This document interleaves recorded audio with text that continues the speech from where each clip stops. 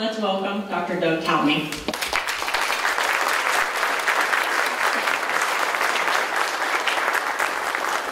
Pleasure to be here. I was going to give you a lively talk, but I ate too much. That was a big piece of chicken. So let's dive right in here. You are doing roadside restoration. Roadside restoration is a really important form of conservation. What I want to talk about tonight is that you can't do conservation unless you make insects. Because insects are the little things that run the world. And I didn't make that up. E.O. Wilson made that up. That's Edward O. Wilson, certainly the most famous entomologist in the world.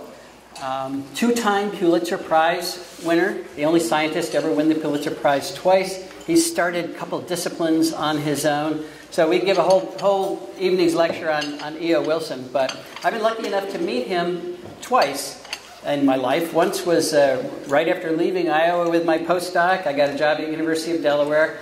They had a meeting on social insects. E.O. is an ant-man. So this was a small meeting of social insects in Boulder, Colorado. And the venue was small, so after talks, people would just go outside and mill around. So after the morning talks, I went outside, and here's E.O. sitting on the curb, and nobody was sitting next to him. So very uncharacteristically, I went over and sat down next to E.O. Wilson. He was kind of my god, you know. Well, he turned, he looked at me, and he said, "Hi, I'm Ed Wilson. I don't believe we met." I said, "Oh, I'm Doug Tallamy. Hi." And we talked for a few minutes, and then break was over, but now I was his buddy. And then we had more talks and lunch, and then more talks, and then another break in the afternoon. I went outside, and there's E.O. sitting on the curb, and nobody was sitting next to him. So now that we were buds, I went over, sat down next to E.O., and he turned and looked at me and said, "Hi, I'm Ed Wilson. I don't believe we met."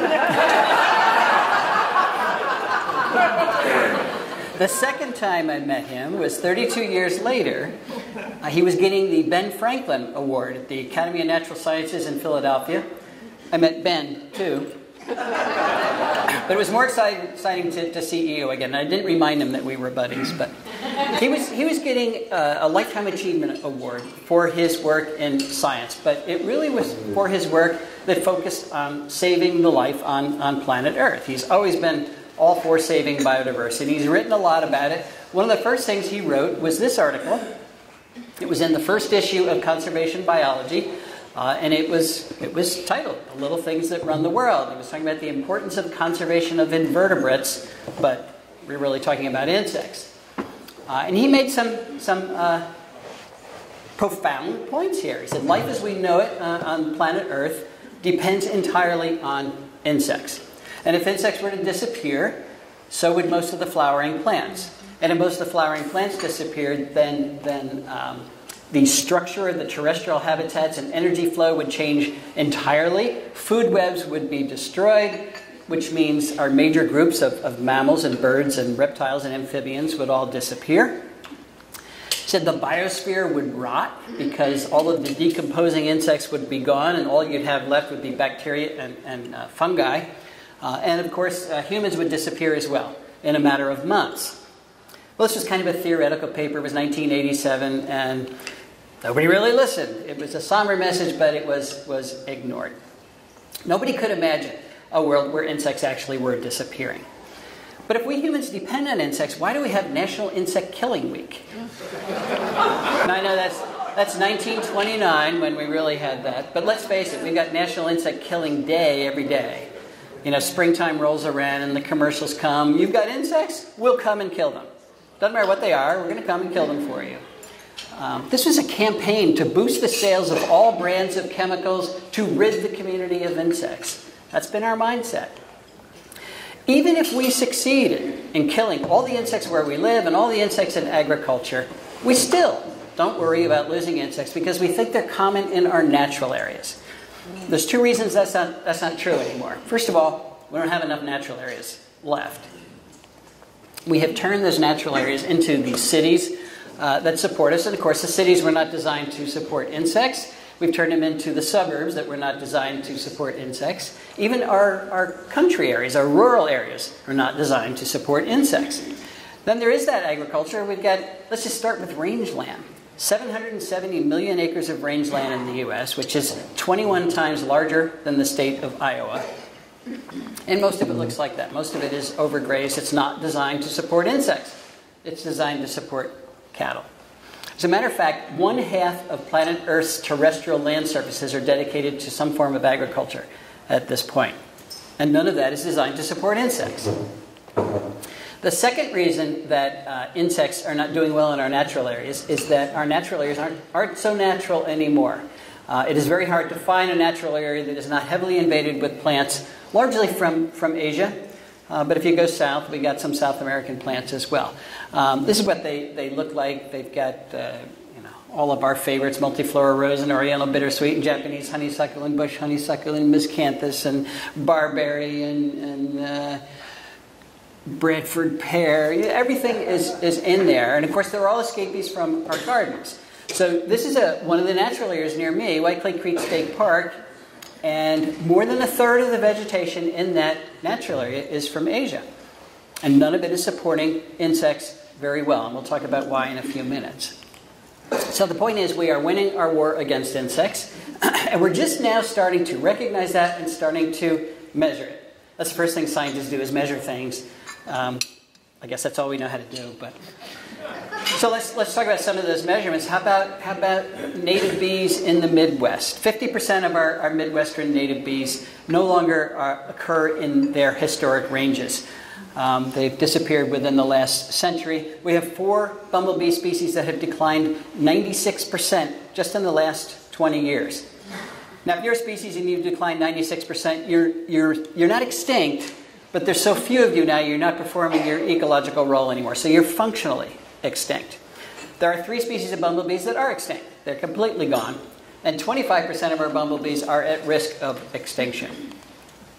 In Europe, they are doing a better job of measuring insect declines. 30% of Europe's orthopterans, the crickets and grasshoppers and katydids, are now facing extinction. 30%.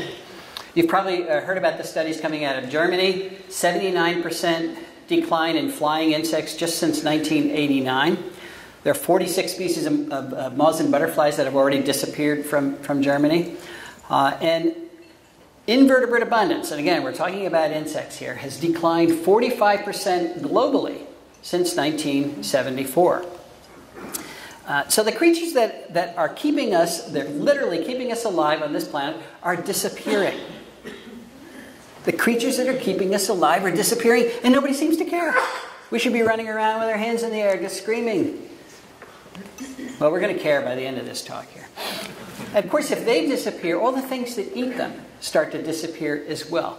And let's talk about what eats insects. Everything eats insects. Spiders eat insects. Our frogs and our toads, all of our amphibians eat insects. They depend entirely on them. Our lizards eat insects. Our bats eat insects. Our rodents eat insects. Our bigger animals eat insects. Skunks and possums and raccoons, even things we don't think of as insectivores, eat insects.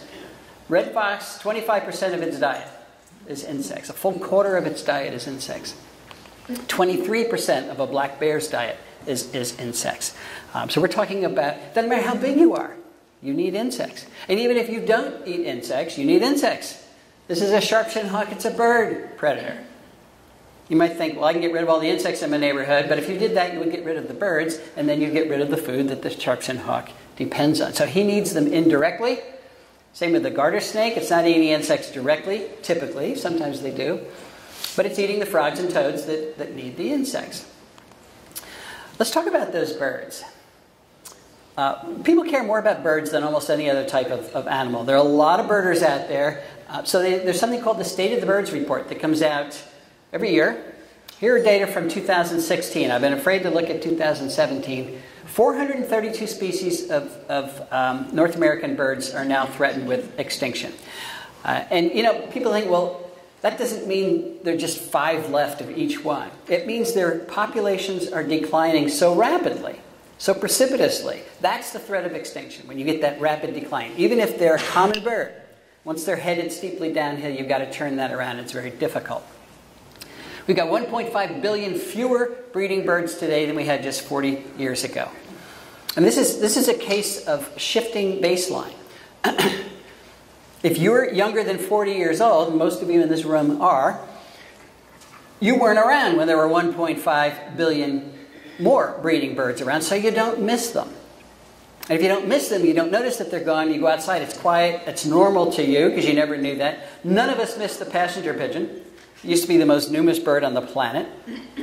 There were about 3 billion of them because we never knew the passenger pigeon.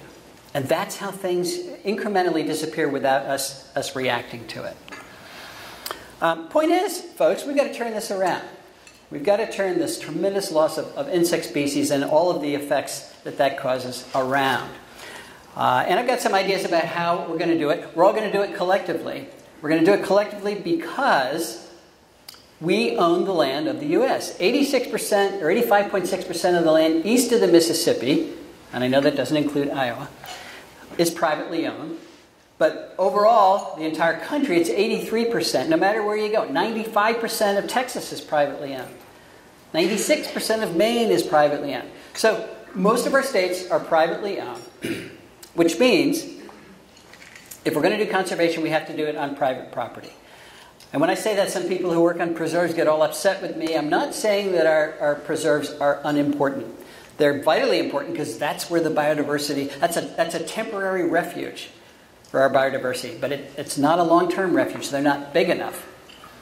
So everybody who owns private property is now going to be part of the solution, including this guy.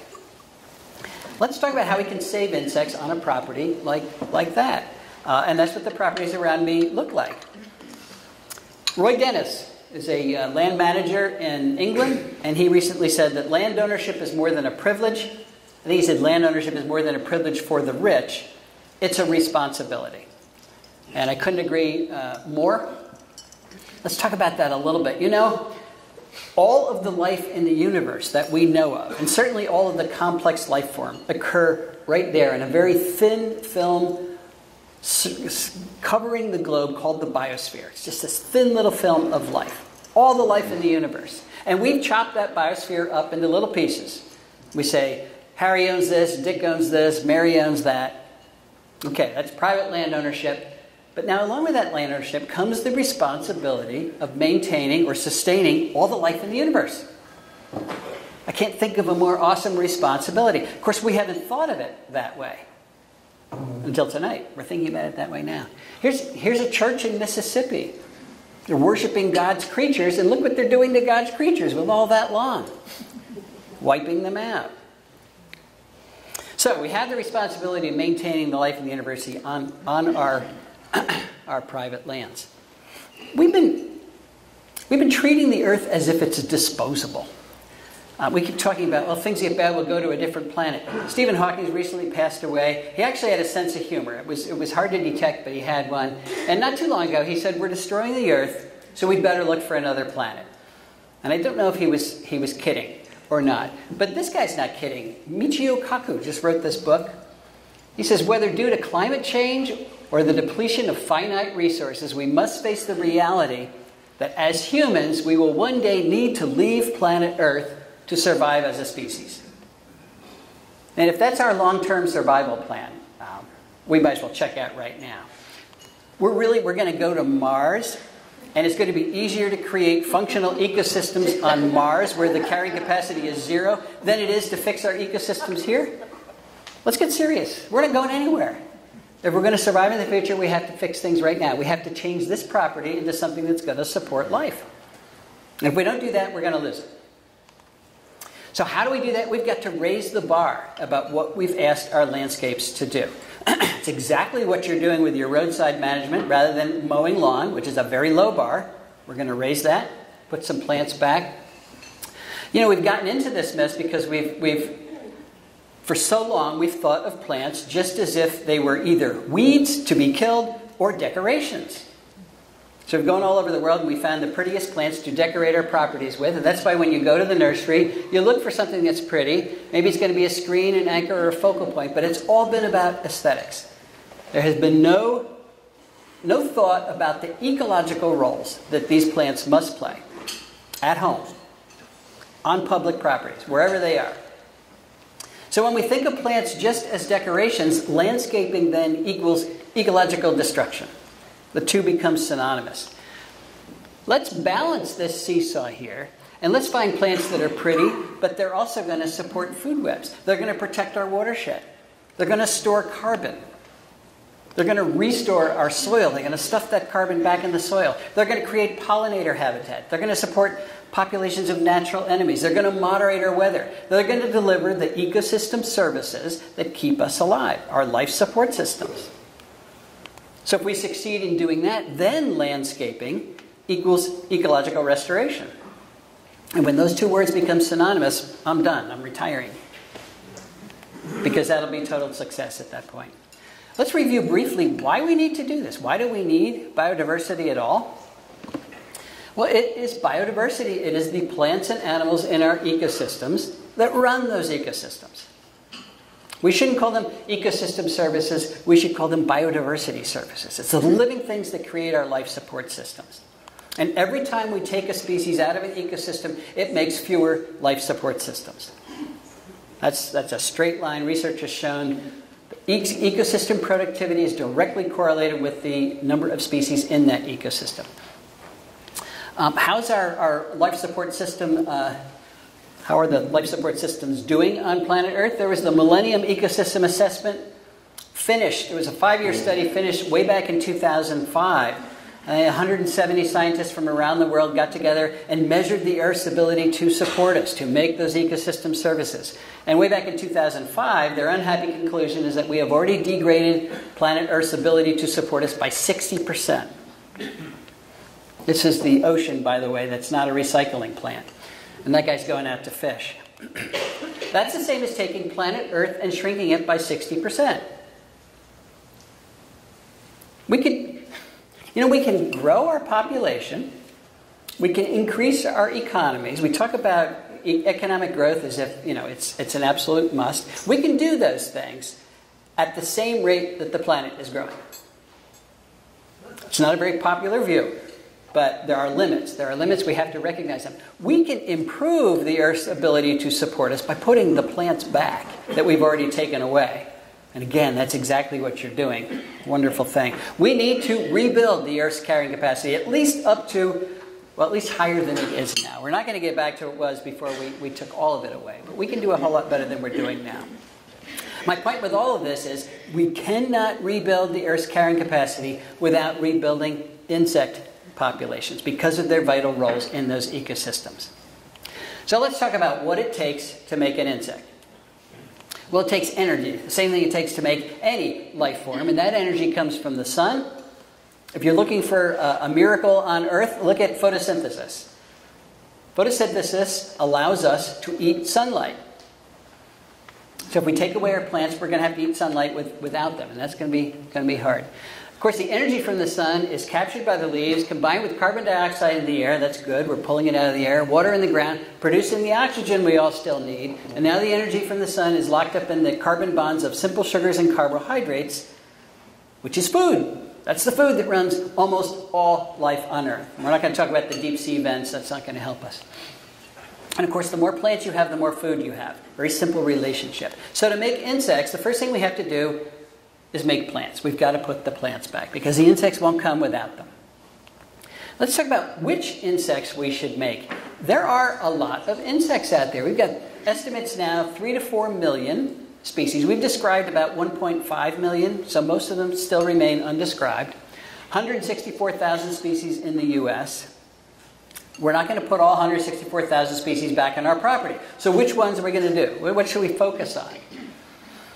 Well, first, they're doing pretty much everything. They're occupying almost every niche that is out there. We have stem borers like this elderberry beetle. We have insects that develop in rotting wood like this eyed click beetle. We have insects that eat leaves like this dog-veined beetle. We've got insects that eat roots like this weevil. We've got insects that eat dead leaves. There are 70 species of moths that develop on dead leaves. Who knew? We've got a lot of aquatic insects that eat dead plant parts after they fall into the water. It makes that mucky goo in the bottom of the lake. But things like mayflies and stoneflies and caddisflies, chironomid midges, all kinds of things are developing on plant detritus in aquatic situations. And of course, if we make insects that eat plants either dead or alive, then we're also making insects that eat insects, all those predators and parasitoids that are out there. That's a horsefly. You might think of it as a predator of you, because I guess it is. But as a larva, it's a predator in those aquatic situations. It's crawling around eating things in the water. A lot of predators out there. We've got robber flies, we have assassin bugs, we've got dragonflies, and of course we have spiders, which are not insects. And we got about 3,000 species of spiders in the U.S. Incredibly important predators. How many people, when they see a spider in their house, kill it? Don't raise your hand. I don't want to see. Get your spider removal kit, a little jar, and take it outside. These things are vital. They're vital. It's not going to hurt you. All right. Each one of these groups of insects form what we call guilds. They're doing similar things, and that's a guild. And each one of these guilds is necessary to run ecosystems, but they don't all contribute equally to ecosystem function.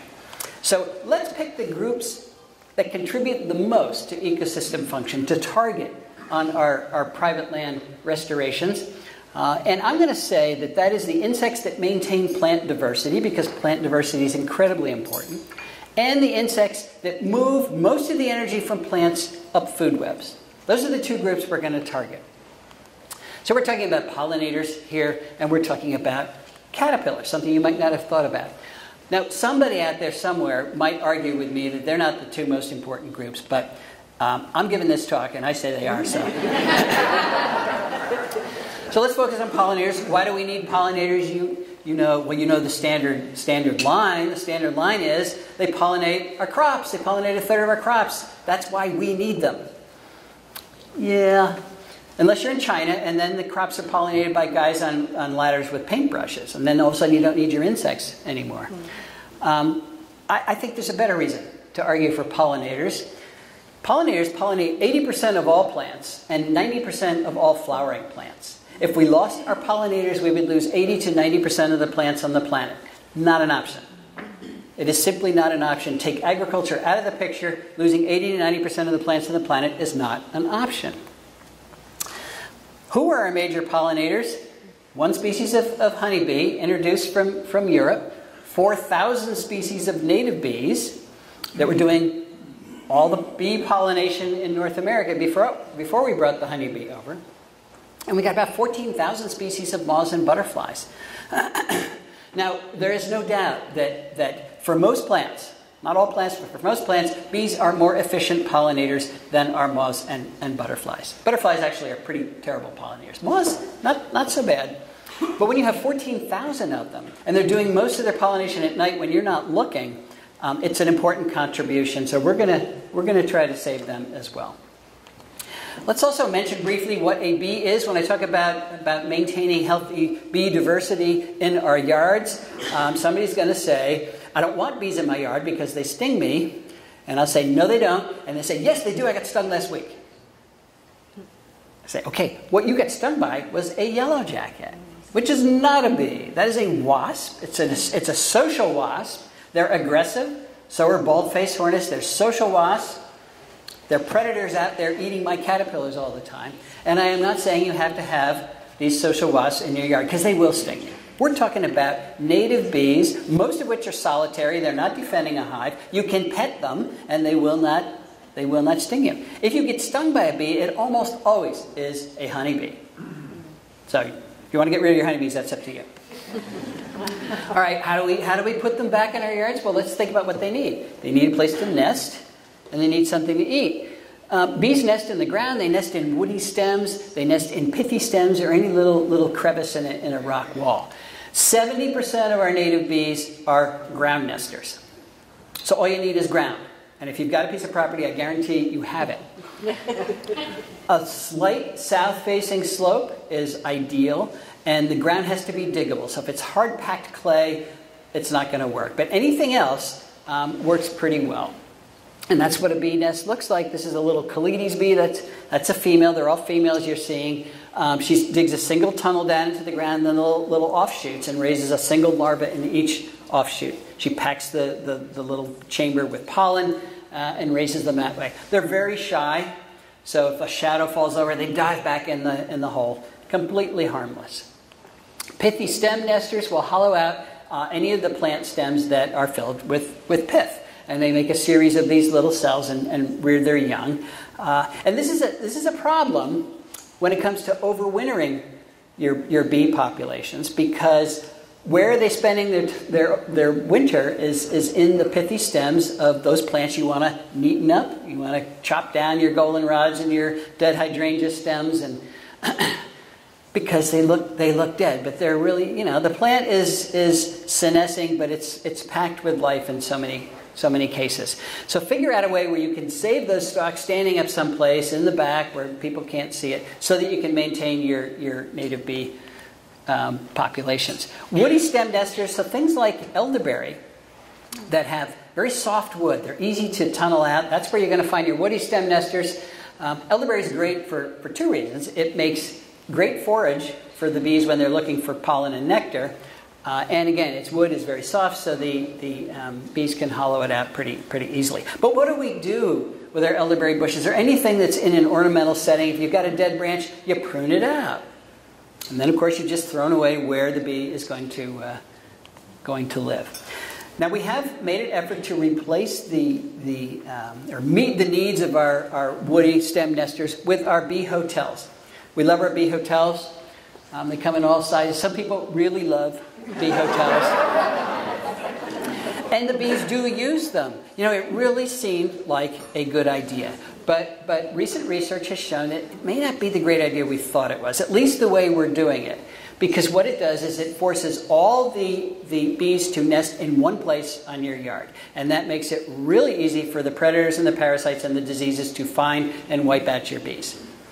So what we're suggesting now is make small bee hotels and put several of them in different places on your yard. So you're not putting all your bees in one basket.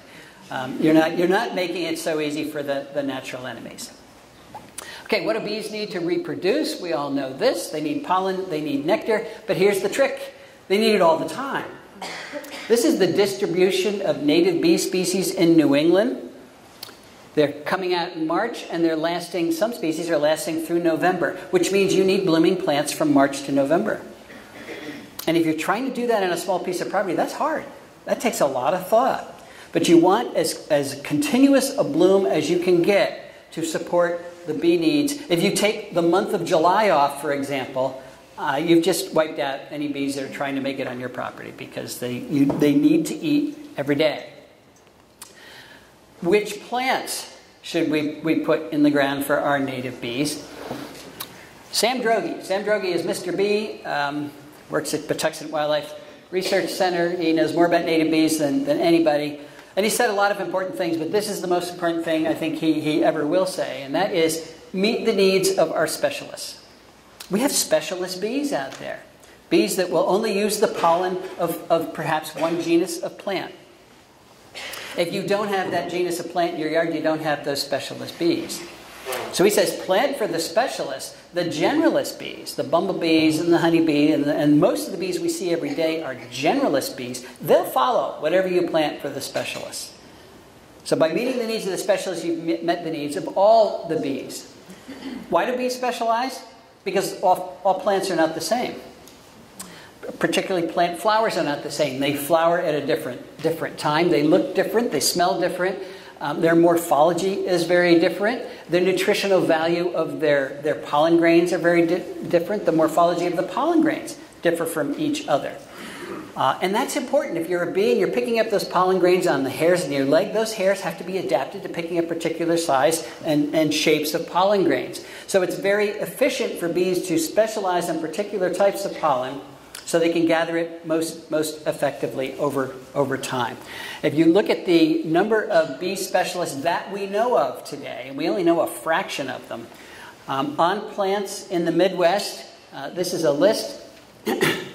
Sunflowers in the Midwest support the most specialists, 13 species. Asters, another 12 species. Goldenrods, another 11 species. This varies a little bit as you move around the country. So New England, goldenrod's number one.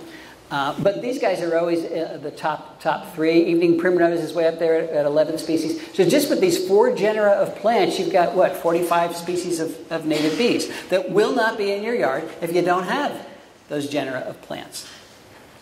So it's not such a mystery anymore of at least the genera of plants that we have to focus on. When you put your zinnia or your butterfly bush, your buddleia in your yard, and you see bees going to it, those are good nectar makers. And the generalist bees will go to get the nectar, but they can't use the pollen and they can't reproduce off of it. So it's a false positive. It makes you feel like you're doing something good for the bees when in fact you're really not. So if you want bees like Andrena asteroides, you need native asters. That's it. There's no discussion. That's what you need. If you want Andrena aerugine, you need spring beauties. If you want Caletes albescens, you need false indigo. And this is the way it goes. And if you want our current knowledge, current state of knowledge of bee specialization, get Heather Holmes' book. Has Heather come to talk to you guys ever? You can get her next time. Where is she? She's in Minnesota. She's close by. Very good reference book. You can get that book on Amazon. Okay. Bees are essential to maintaining our plant diversity for pollination.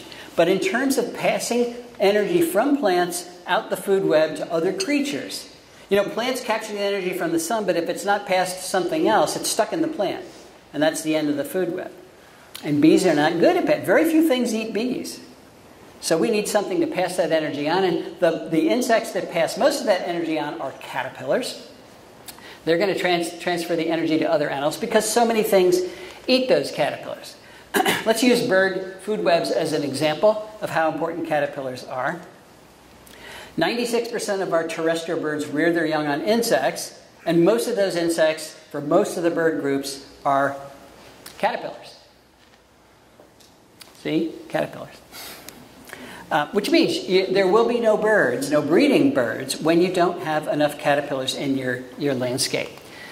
Why caterpillars? There are a lot of other types of insects out there. So why are birds purposefully focusing on caterpillars? Well, I've thought about this for a while, and one hypothesis is that caterpillars are beautiful.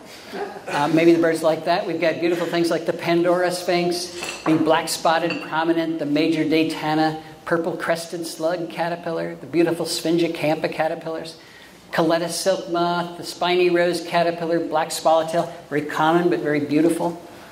Hieroglyphic moth, the spun glass caterpillar, that's my favorite. Or it could be because they've got cool names. Like the green marvel, the once charred punky, the confused woodgrain, the cynical ground cat, the neighbor, the Donald.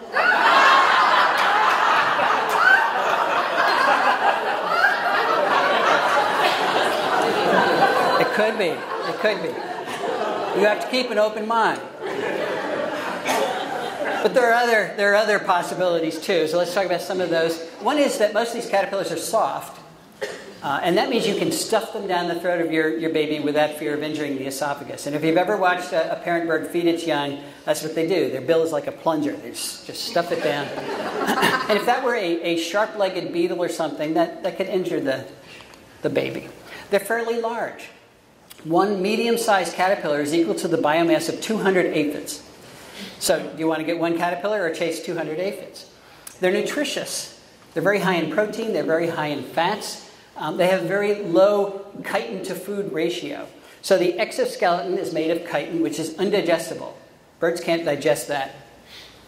So a caterpillar has an awful lot of food packed into a little thin, they're like a sausage, a little thin film there. Compared to a beetle, which is like a tank, it's got a ton of chitin there, very difficult to eat, and not that much digestible food inside. And then finally, it turns out that caterpillars are the best source of carotenoids for birds while they're breeding. I mentioned carotenoids because they are essential components of a healthy diet, and we vertebrates don't make them. They're only made by plants. So humans don't make carotenoids, birds don't make carotenoids. We have to get them from plants. And that's why my wife Cindy tells me I have to eat my carrots to get my beta-carotene. I've got to eat my tomatoes to get my lycopene, my whatever that is to get my lutein. She makes sure I eat all that stuff for lots of reasons. They stimulate my immune system. When I have lots of carotenoids, I'm generally healthier, except today when I'm getting over a cold. They're antioxidants. They run around our bodies and protect our DNA from oxidative damage. They improve color vision. When your mother said, eat your carrots, you will see better, she was right. She didn't know she was right, I'll bet, but it turns out she was right. They improve sperm vitality. Who doesn't need that? Improve sexual attractiveness. Now we're talking about the birds. They're taking the carotenoids and building pigments out of them, and then they put them in their feathers. This is a male prothonotary warbler, and he is bright yellow because he's had access to lots of luteins. And the brighter yellow he is, the more ladies he attracts. So, just to recap, birds cannot make their own carotenoids, so they've got to get them from plants, but they're not eating plants, particularly when they are reproducing. So they've got to get them from something that does eat plants. And yes, that something is insects, but here's the key. Caterpillars have at least twice as many carotenoids as other types of insects. This was an experiment done in Europe. We've repeated it. We get 3 or 4 times the values that they got. So really important sources of carotenoids. Nobody knows why, but that's why caterpillars are probably not optional parts of the diet for birds. They're essential parts of the diet. How many caterpillars do birds need? Many of you have heard this part of the story. They need a lot. Chickadees, 6,000 to 9,000 caterpillars to rear one clutch of babies. And chickadees are tiny birds, 1/3 of an ounce. So how many caterpillars does a larger bird need? I don't know. It's a lot. We're talking about many thousands. And remember, these birds are foraging just about 50 meters from the nest. So if you want breeding birds in your area of restoration, you've got to make that many caterpillars right there. They're not going to fly 55 miles down the road to the nearest woodlot. I guess they have to fly a long way in Iowa to get to the nearest woodlot. You've got to make those caterpillars on site. So how do we do that? How do we make that many caterpillars? Let's first talk about how not to make that many caterpillars. This homeowner, like the Gone with the Wind look, this is common where I come from. I don't know how many acres that is. I do know that before it became all lawn, it supported thousands of species, literally thousands of species. But now the species are gone with the wind. We have to stop worshiping the lawn. People send me these pictures all the time. This is from St. Louis. They still have Lawn of the Month award. So this family won an award for having the deadest landscape. That can't be our future, folks. We have to stop worshiping the lawn. So we add caterpillars to the landscape by adding the plants that make them. So that means we have to understand that all plants do not make caterpillars equally. They're very different in their ability to make caterpillars because plants protect themselves from caterpillars. Plants don't want to be eaten by caterpillars. They load their leaves with nasty tasting chemicals, secondary metabolic compounds that make those leaves either bitter or downright toxic. And it's a really effective defense that keeps most of the insects of the world from eating most of the plants of the world. But we do know that insects eat plants. So how do they do that? How do they get around those chemical defenses? Well, they specialize. They specialize. About 90% of the insects that eat plants are what we call host plant specialists. They pick 1 or 2 plant lineages that share a common cocktail of chemical defenses, and they develop the adaptations necessary to circumvent them. The enzymes and the behavioral adaptations and the life history adaptations that allow them to eat those plants without dying. But it takes a long period of exposure to those plant lineages for all these adaptations to fall into place. It doesn't happen overnight. And that's why when you have a landscape like this is a bush honeysuckle. I recently gave a talk in Tennessee and featured bush honeysuckle because if you go into a Tennessee woodlot, that's what it looks like. It's all bush honeysuckle as the understory. That's a plant from Asia. Our caterpillars are not adapted to bush honeysuckle. They don't have any of the adaptations necessary to eat it, so you have a dead landscape there. Let's talk about the monarch butterfly as an example. You already know half the story of the monarch. You already know of the fact that it is a specialist on milkweeds, which means it has the physiological ability to eat cardiac glycosides. That's the primary way milkweeds are protecting their tissues. They can eat cardiac glycosides without dying. And that's good. But what about the sticky latex sap that gives milkweeds its name? You know, when you break open a milkweed vein, all this white goo comes out. If you get it on your finger, everybody wipes it off right away. But if you don't wipe it off and let it sit there for a minute or two, it gels. turns into a chewing gum-like substance, and that's its defensive property.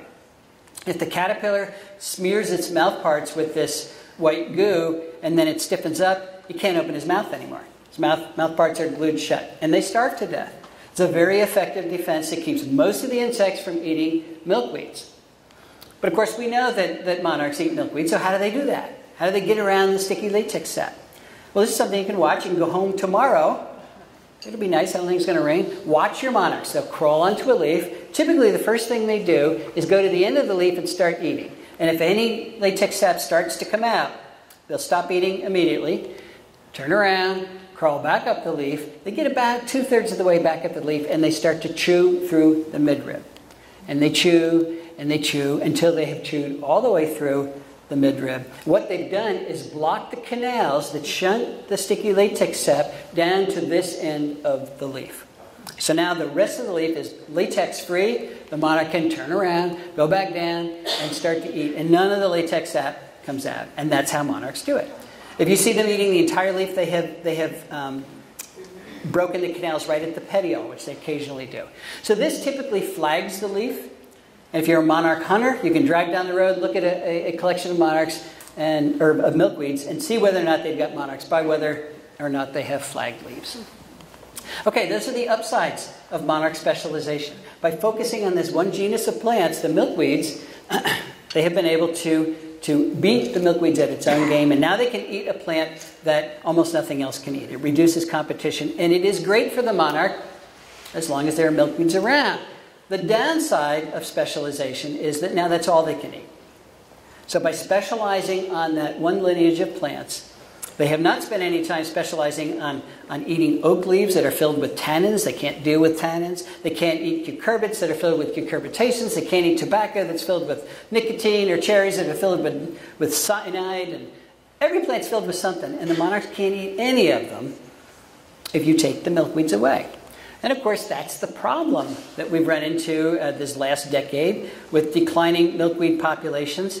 I guess one figure I heard of is that Iowa has lost 82% of its milkweeds in the last 10 years. Very hard on the monarchs because they're not going to start eating corn or soybeans.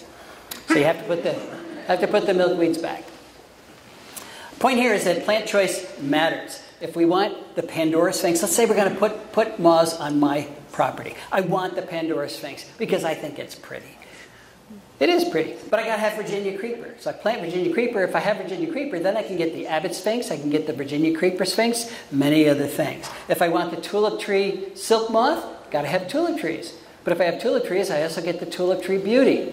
If I want the Luna moth, in my neck of the woods, the Luna moth is a specialist on sweet gum. But if I plant sweet gum, I also get the large pectines. I wanted the zebra swallowtail. I think it's the prettiest of our swallowtails, so I planted pawpaws. 9 years later, I got the zebra swallowtails. But before that, I got the pawpaw sphinx. I didn't even know there was a pawpaw sphinx, another specialist on pawpaw. If you have native grapes, you get a lot of moths. You get the H-spotted forester moth, you get the beautiful wood nymph, the pearly wood nymph, the greater grapevine looper, the lesser grapevine looper, and many others. Viburnums will give you the green marvel and the horrid zale and the hummingbird sphinx moth and the rose hook-tip moth.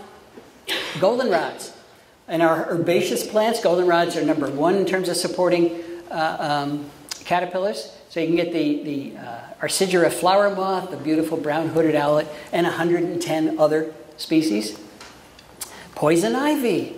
Yes, they're specialists on poison ivy, the beautiful Utilia or the eyed pectes. Poison ivy? I can't have poison ivy at home. Yes, you can. You know when you get poison ivy? When you try to get rid of it. Leave it alone. You can run faster than it can. It's not going to come get you. And it makes wonderful berries. It's one of the top most valuable berries for birds in the fall. Persimmon gives us a small necklace moth, the sculptured moth. Black gum gives us the Hebrew and the false underwing. Our beleaguered ashes support a number of sphinx moths, the wave sphinx, the beautiful fawn sphinx. Maple's very important plants, the rosy maple moth, the large maple spanworm, the bantam maple dagger moth, and of course many others. This is the hickory horned devil. It's the most spectacular caterpillar in the country. about 7, 8 inches long when it finishes development, and those are totally harmless. They're not going to hurt you at all. And of course, they turn into the royal walnut moth, which is one of our prettiest moths. Elm's really important. The double-tooth prominent on elm, and it's really impressive caterpillar. Look at it. It looks like a dinosaur. Also, the elm sphinx, the interrupted dagger moth, the orange-headed epicalema. Witch hazel doesn't support that much, but it does support the witch hazel dagger moth and the mustard sallow. Pines support a lot, like the imperial moth, the eastern panthea, even our native clematis, the spotted thyrus. Two-toned ancillus on ironwood. Greenbrier supports this crazy curved line owlet. Blueberry, Drexel's Daytana on blueberry. Buttonbush gives us the lost owlet. Native willows, the herald. Coral honeysuckle, snowberry clearwing. Evening primrose gives us the evening primrose moth. And it's worth it. Look at how beautiful that is. Sumac, the showy emerald. And I'm not talking about poison sumac here. I've never even seen poison sumac. That's a bush of the swamp or something. I'm talking about staghorn sumac or smooth sumac. They're wonderful soil stabilizers and give us that beautiful moth. Ditch daisy, Biden's aristosa gives us the beautiful goldenrod stowaway. Moths don't support all that much, but the New York fern makes the pink-shaded fern moth. Even parasitic plants like dodder will give us the obtuse yellow. Then you get to the powerhouses. Black cherry, give us the white furcula, the crocus geometer, a number of giant silk moths like the Io moth, the beautiful cecropia moth. You know, if you want to get your kids interested in nature, expose them to the cecropia moth. That's all it takes. You can tell them to go out in the yard, find a cecropia moth any time of the year, because they're there any time of the year. An egg for about 6 days, a larva for about 3.5 weeks, an adult for about 3.5 days, and the rest of the time they're a cocoon somewhere on the property. Have them find it. The colorful azalea also on black cherry, tufted bird-dropping moth. Who would not want the tufted bird-dropping moth? The paddle caterpillar. Ask your kids to figure out what those paddles are for. Don't tell them. I'm not going to tell you either. You figure it out. Or the filament geometer, the same reason. What do they have those filaments for? The small-eyed sphinx, Harris's 3-spot that holds its head capsule from the exoskeleton in an umbrella over its head all the time. Nobody knows why it does that. Then oaks, the most powerful of all, will support the hag moth. Red wash prominent, white dotted prominent, the spiny oak caterpillar, the skiff moth, white blotched heterocampa, oak leaf skeletonizer, solitary oak miner, the polyphemus moth, half oval ancillus, beautiful striped oakworm, the barred white Tiniid, which is so specialized it eats fungus in the cracks of oak bark. That's the only place you're going to find that. Spun glass slug again, my favorite, puss caterpillar, and literally hundreds more.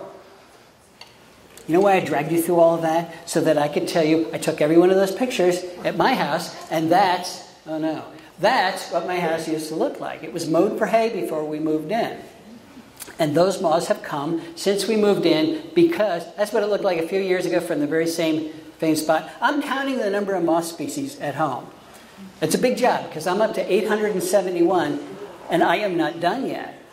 That many species have come because we planted all these plants. We planted our witch hazels and our oaks and our persimmons and American elms and red maples and all the way down to ironwood. We tolerated these plants. That's just as important. We tolerated our black cherry. Most people think they're weeds. Get rid of them. We tolerated our ferns and our grapes and our tulle trees and our poison ivy and our dodder, and we get all of those moths. And of course, if we have all those moths, then we get the things that eat those moths. This is the first year wood thrush. Wood thrush bred in our little young forest. It's only 18 years old at this point, but they bred and they fed their young lettered sphinx moths because we have Virginia creeper making those lettered sphinx moths. We've got indigo bunnies because we have alders making ruby quakers. We've got chipping sparrows because we have black walnut making gray edge bomalocas. We've got field sparrows because we have oaks making red line panopodas. We've got tufted titmice because we've got black cherry making dowdy pinions. We have phoebes because we have lots of native grasses making skippers.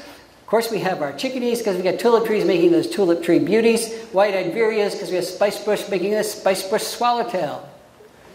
We have house reds because we got hickories making copper underwings. We've got bluebirds because we've got sycamores making drab prominence. We have 54, actually now with the wood thrush, 55 species of breeding birds at our house. Yes, it's 10 acres, but 55 species. I don't know how many species bred there before we moved in, but it wasn't many. It wasn't many. Okay, which plants should you be sure to have in your landscape if you're going to have successful restoration like this? There is now a very handy-dandy tool for you. It's called the Native Plant Finder. It is on the National Wildlife Federation website.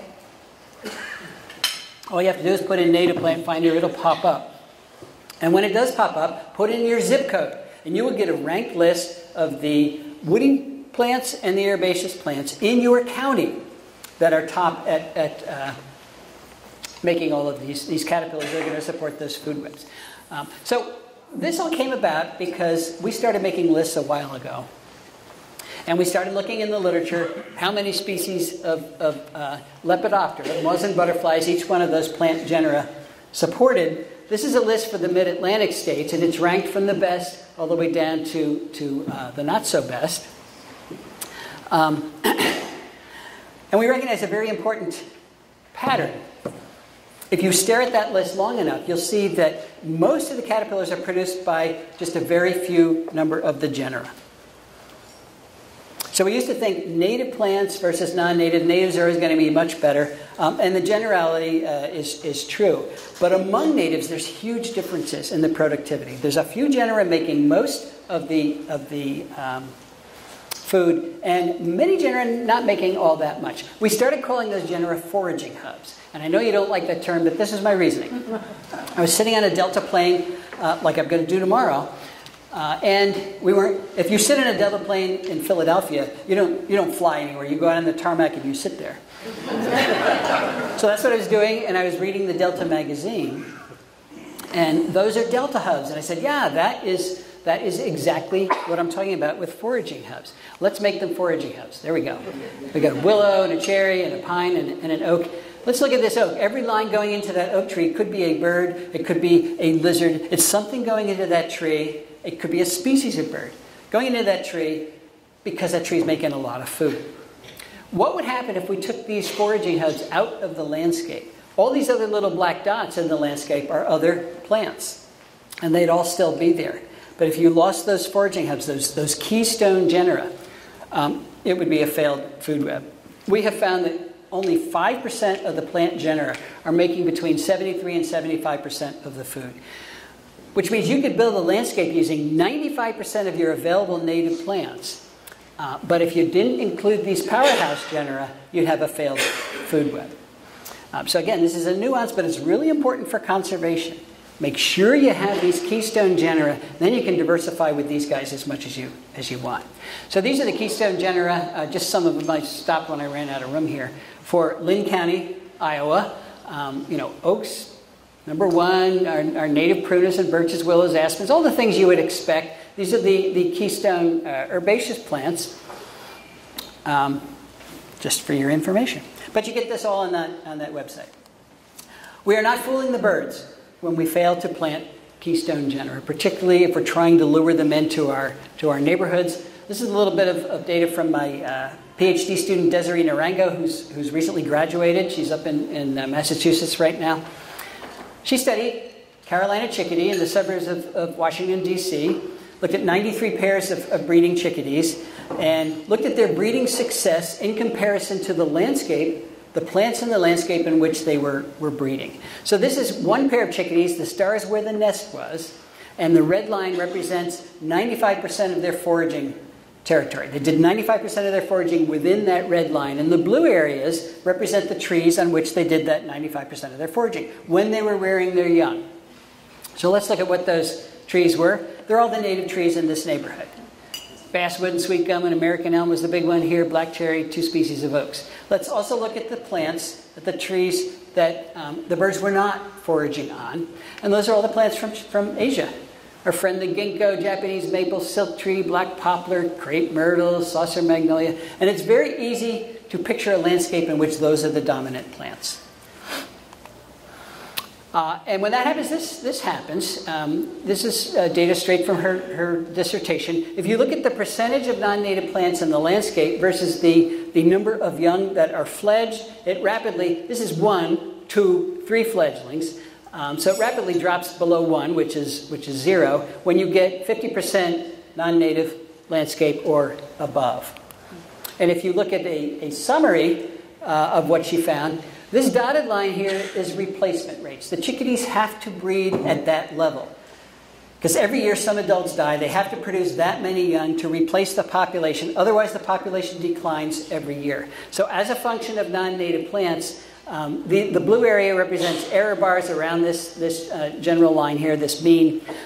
So at overlap replacement rate at around 30% native plant, when you got more than 30% of the landscape non-native plants, then you dropped well below replacement rate, and you have an ecological trap. The birds come in to breed every year, but they're not replacing themselves, so it's a declining population. The percentage of non-natives where she was working was 56%. Where I live, it's 79%, way over here. So no wonder we've got 432 species of birds in trouble. In so many places in North America, we are literally starving with the way we landscape. How we plant these keystone plants turns out to be really important too. This is something we haven't thought about until very recently. Let me use the caterpillars that are on oaks in Pennsylvania as an example. There are 511 species of caterpillars on oaks in Pennsylvania alone. Some of them, like the Polyphemus moth, will complete their life cycle on the tree. The caterpillar eats the leaves, and they spin a cocoon on the tree, and the adult sits there all winter, then emerges, so they never have to leave the tree. It's a great situation.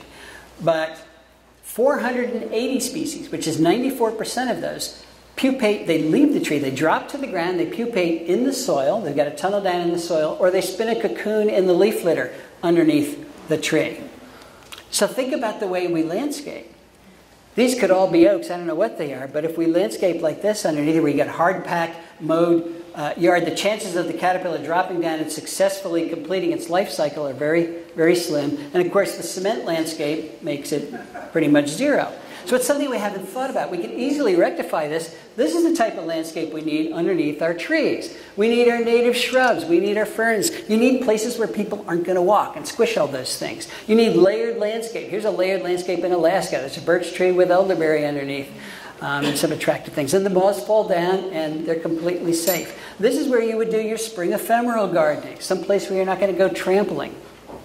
Or you put your ground covers. You put your May-apples or your ginger or your native Pachysandra. Why would you ever have Pachysandra from Asia? Look at native Pachysandra. It's just as pretty. And if you do that, all those moths that your oaks and other trees are producing will complete their life cycle. Okay, final point about making caterpillars in our landscapes are security lights. Security lights kill moths. A lot of these moths don't even have mouth parts as adults, so all the energy they're ever going to have they got as a caterpillar when they emerge. If they fly to a light like this, they're attracted to lights. We still don't know why. After 100 years of trying to figure it out, we don't know why they're attracted to lights, but they are. They fly around using up that precious energy. In the meantime, the bat comes and eats them. Or you see them sitting on the side of the house in the morning, and then the bird comes and eats them. Or they simply get exhausted and are dead underneath the light there. Point is, it does kill them. There was a study in Europe recently where they went out with night goggles and they looked at the moths that were pollinating flowering plants at night. Then they erected lights in the very same place, and there was a 62% drop in moth numbers after the lights were up. So lights, and we've got lights everywhere, are devastating our populations. What about your security? Put motion sensors on your security lights. You know, security lights, we call them security, it's just a bad cultural habit. If you really want to fight the bad man, put a motion sensor on it so he doesn't know it's there, and it'll turn on when he comes and then he runs away. If you have a security light on all the time, it throws stark shadows. He knows exactly where to go and where not to go. So you're not really increasing your security with these lights on. Okay, by choosing the right plants and using a whole lot more of them than we do, we've got to reduce the area we have in lawn, put the plants back. We really could create living landscapes. We really could create healthy insect populations pretty much everywhere. Okay, I'm going to end by returning to where I started, and that's with E.O. Wilson. He's retired from Harvard at this point, but he still writes a book every year. Very prolific guy. And the book he wrote last year is called Half Earth. Has anybody read Half Earth? It's always one person. That's right. 2 people. Okay. He's not going to win a Pulitzer Prize for Half Earth. But you know, he's getting desperate. He knows he's running out of time. He's trying to make a point. He says, if we don't save half of planet Earth, if we don't save ecosystem function on half of the planet, we're going to lose life on the planet. And he spends most of the book talking about the science that supports that. And then he ends the book. So we're all scratching our heads. How could this be possible, EO? Half of planet Earth is already in agriculture. And we, our 7.5 billion of us, and all of our infrastructure, our airports and our shopping centers and everything else, are stuck in the other half. How are we going to save half of the Earth? Well, we're not going to save half of the Earth with traditional senses of conservation. In order to realize EO's dream, we really need a new approach to conservation.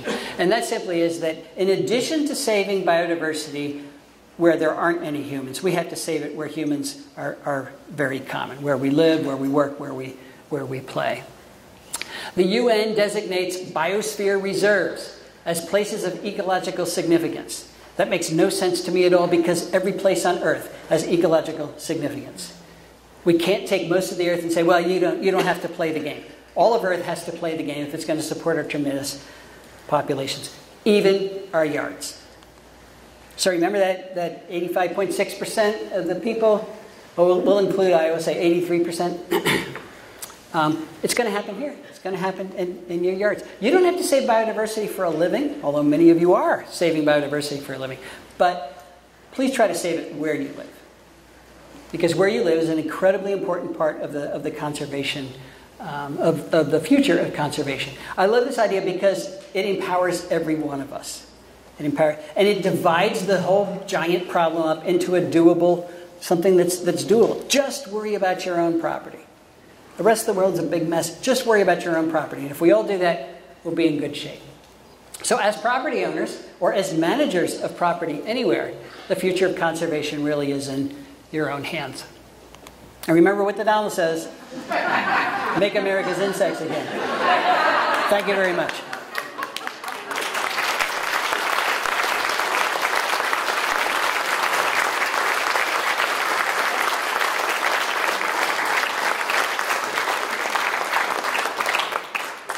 We're done. Right? I'll be happy to ask questions, but I know it's a long talk and you want to go running away. What species actually makes it home? I get that question a lot. No, it's not. That species is from Nicaragua. I happen to have it in my collection, and all of a sudden it became appropriate. So, little literary license there. Yes. What is the name of the caterpillar that has the word paddle in its name? The paddle caterpillar? Yeah, it's a dagger moth. It's also called the smeared dagger moth. No, that's not true. That's another dagger moth. It's Acronicta something. But look up the paddle caterpillar. It'll pop up. Mm-hmm. Anything else? Okay, thanks very much. I'll put that away later.